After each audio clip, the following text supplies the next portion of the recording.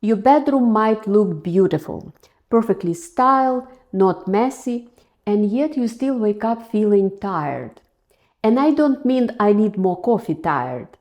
I mean the kind of tired where you feel that you haven't slept much at all. That heavy, unrested feeling that follows you into the day.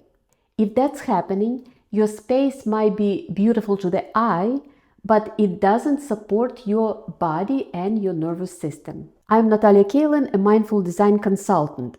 Today I want to show you why even beautiful clutter-free bedrooms can quietly work against you, and how to shift them so your body can actually relax. Now, I'm not here to convince you how important sleep is. You already know that, which is why you clicked on this video.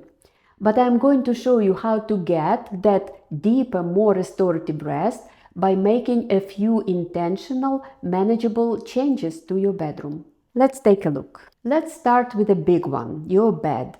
Where it sits in the room matters more than most people think.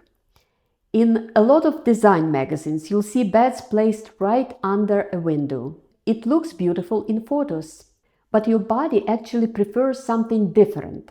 A solid wall behind your head. A solid wall, a solid headboard. This gives a sense of security, stability, and support. And this is very deeply wired into us. Think of a caveman. He wouldn't sleep right at the opening of a cave.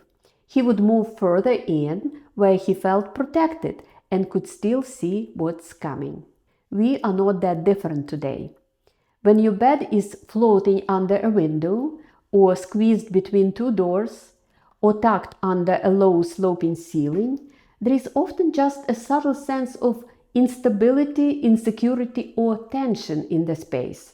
Your body doesn't fully settle. If you absolutely have to have your bed under a window, try using a very solid high headboard and heavy blackout curtains to create that missing sense of wall behind you. What we are really doing here is removing low-level tension and giving your body something solid so it can relax. Once your bed is in a good position, the next question is, what are you actually looking at when you lie down? In some cases, your bedroom can look great when you walk in. But from the bed, it's a bit different story. You might be looking at open shelves with lots of small things on them, or a busy dresser, or an open closet, or even a mirror reflecting more of the room. What it means is that your brain keeps scanning, taking things in, processing, organizing, not fully switching off. It's not something most people think about, but once you notice it, it's very obvious. Having fewer items in your line of sight when you are in bed will help to relax deeper, just because there is less to process. We've talked about what you see, but there is also what you feel. For example, when you get out of bed at night, what does the floor feel like? Is it warm, soft, grounded, or cold, harsh, or maybe even slippery?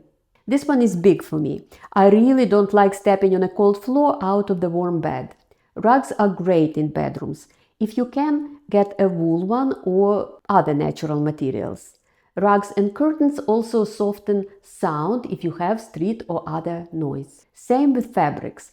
Natural materials like cotton, linen, silk just feel different on the skin. They breathe better, they regulate temperature better, and you are less likely to wake up in the middle of the night feeling too hot. And then there is scent. If something smells a bit off, like old rug, stale air, or some other unpleasant smells, your system picks that up right away. And don't just mask it with a candle.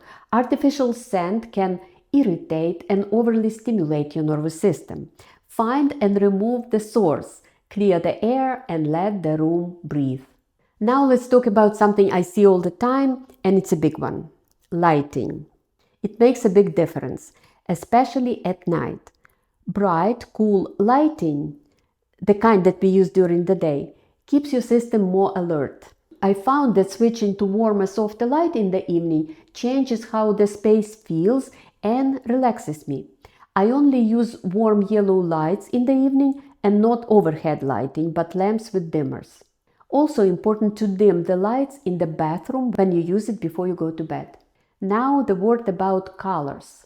I avoid using very bright saturated colors in the bedroom, even if they are beautiful, because they energize the nervous system rather than soothing it. Softer tones tend to feel more relaxing on the body. There is also one factor that's easy to miss, and I learned this a hard way.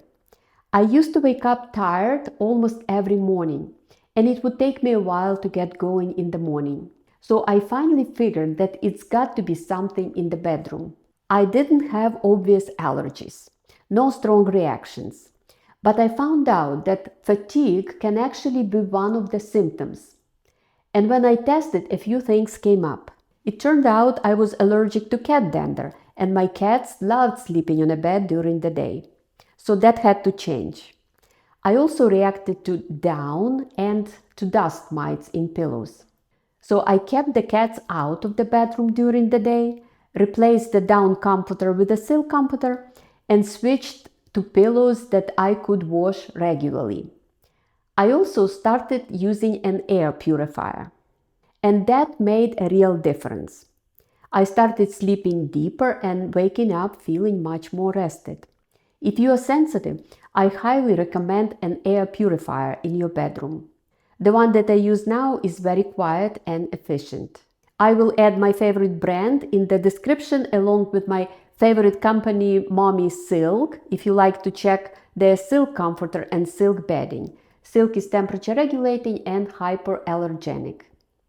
Beyond the air we breathe, we also must look at the mental signals your room is sending.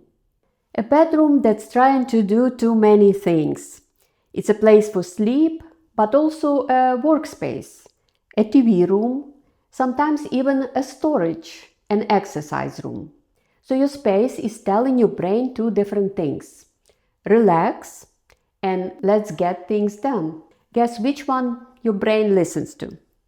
Exactly. Even having a laptop in your line of sight or a TV facing your bed is enough to keep part of your mind engaged. And that's all it takes. A little reminder about work gets your brain going, trying to solve problems, plan, and it's after midnight and you find yourself fully awake. And finally, this one is easy to overlook. You may find things in your bedroom that carry emotional weight. Unfinished paperwork, bills, things tied to stress or responsibility. They don't take up much space physically, but mentally they do. And once again, your body registered that and it's harder to relax.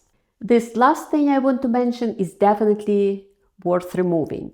Things that you kept from previous marriage or other failed relationships. Things that indirectly remind you of pain and distress. It can be a box with letters, it can be a piece of art. Many people report feeling so much better after they remove these reminders of the past. If you want to shift your bedroom quickly, start here. Look at your room from your bed, simplify that view.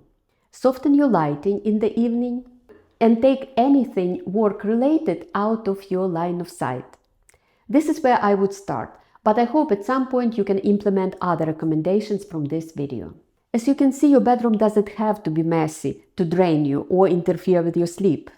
Sometimes it's the beautiful things or the hidden ones that get in the way of your rest. And if you are ready to clear even more space, watch this next video where I share 15 things to remove from your bedside. And if you want more on how to create a bedroom that looks beautiful and actually supports deep rest, I put together a guide that I will link below.